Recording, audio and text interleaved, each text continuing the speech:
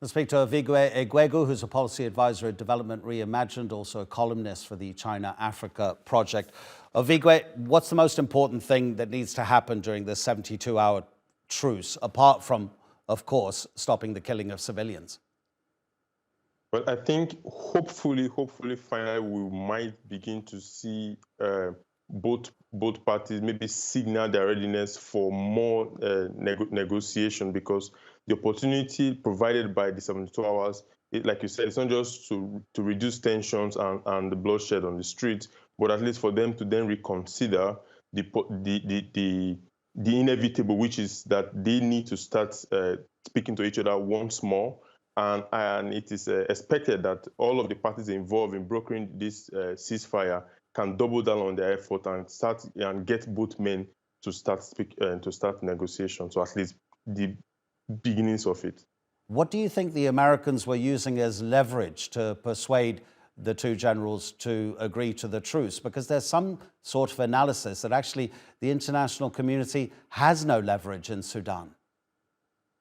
Well, the international community does have leverage in Sudan. It just happens to not be the Americans or the Europeans at this point.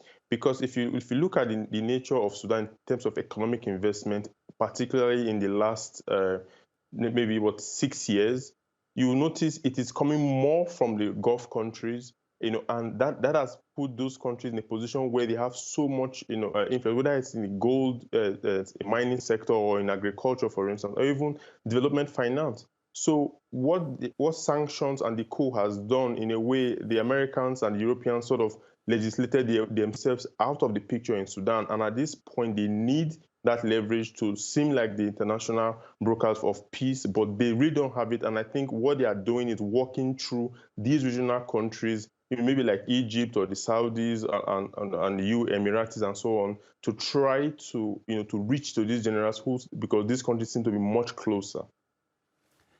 Hemeti, the head of the Rapid Support Forces, is presenting himself as the man who is fighting for the people of Sudan. And he says Dagalo, the head of the army, is doing the opposite. I mean, obviously, most people would find it difficult to believe anything that either man says during this particular period. But how is Hemeti presenting himself as a champion of the people? What's that all about? Yeah, so one of the things that we've seen so far in this conflict is that he's been more visible. For the first few days of the conflict, I think one of the questions was, where is the leader of the SF, General Al-burhan, because it wasn't really seen until he made that public not appearance really, but more visual appearance.